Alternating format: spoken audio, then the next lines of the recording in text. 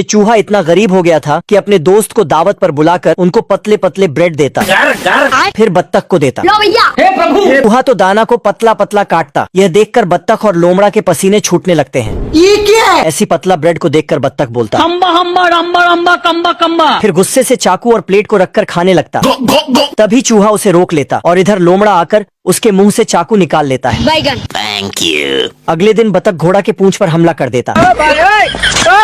बाप रे! फिर लोमड़ा उसे डंडा से पकड़ लेता। तभी बत्तख बोलता, मेरी जबान टूट गई यार। इधर लोमड़ा और बत्तख खाना खाना खेल रहे थे। तभी चूहा कुछ बीज लेकर आता, लेकिन बत्तख उसको फेंक देता, जिसके कारण वह बीज छेद में चला जाता। रात होते ही उस छेद में से बड़े बड़े पौधे निकलता और घर को उठाकर ले जाते हैं। अरे दादा रे! सुबह होते ही लोमड़ा देखकर पागल हो जाता और तीनों लोग खाना ढूंढने निकल पड़ते हैं। तभी बीच में गड्ढा मिलता तो लोमड़ा, बाप रे! यहाँ यह तीनों लोग नाव पर बैठकर जाते हैं। तभी उनके ऊपर एक बड़ा सा तितली हमला करने वाला था। बाप रे! तभी मछली तितली को खा लेती। फिर तीनों लोग अपना जान बचाकर नदी से बाहर निकल जाते। अरे दादा रे! तभी वह बड़ी सी सीधी देखते। पहले तो उसके ऊपर बत्तख चढ़ता, फिर उसके बाद चूहा चढ़ता और तीनों लोग जैसे तैसे चढ़कर दरवाजे के पास पहुंच जाते। फिर गेट के अंदर घुसते ही तीनों लोगों को बड़े बड़े फल दिखते हैं। इस चक्कर में पैर के नीचे बतख आ जाता है, लेकिन बतख खाना पर टूट पड़ता।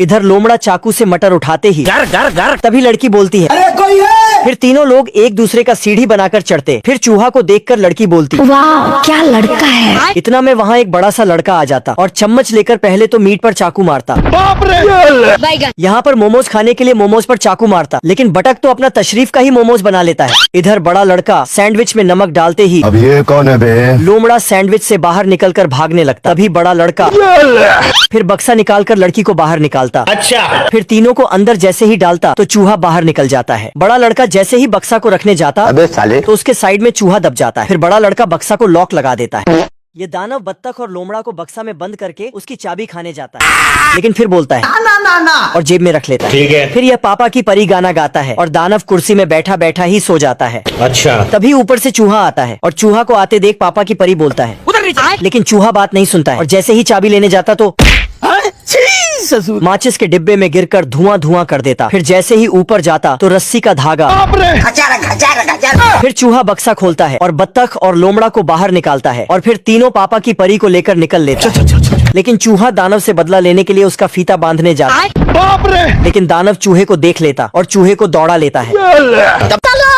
फिर चूहा बोतल का इस्तेमाल करके निकल लेता है और दानव का पैर बांध के दानव को गिरा देता है। चलो 1 2 दानव पेड़ से आने लगता है अब तू गया बेटा। तो सब मिलकर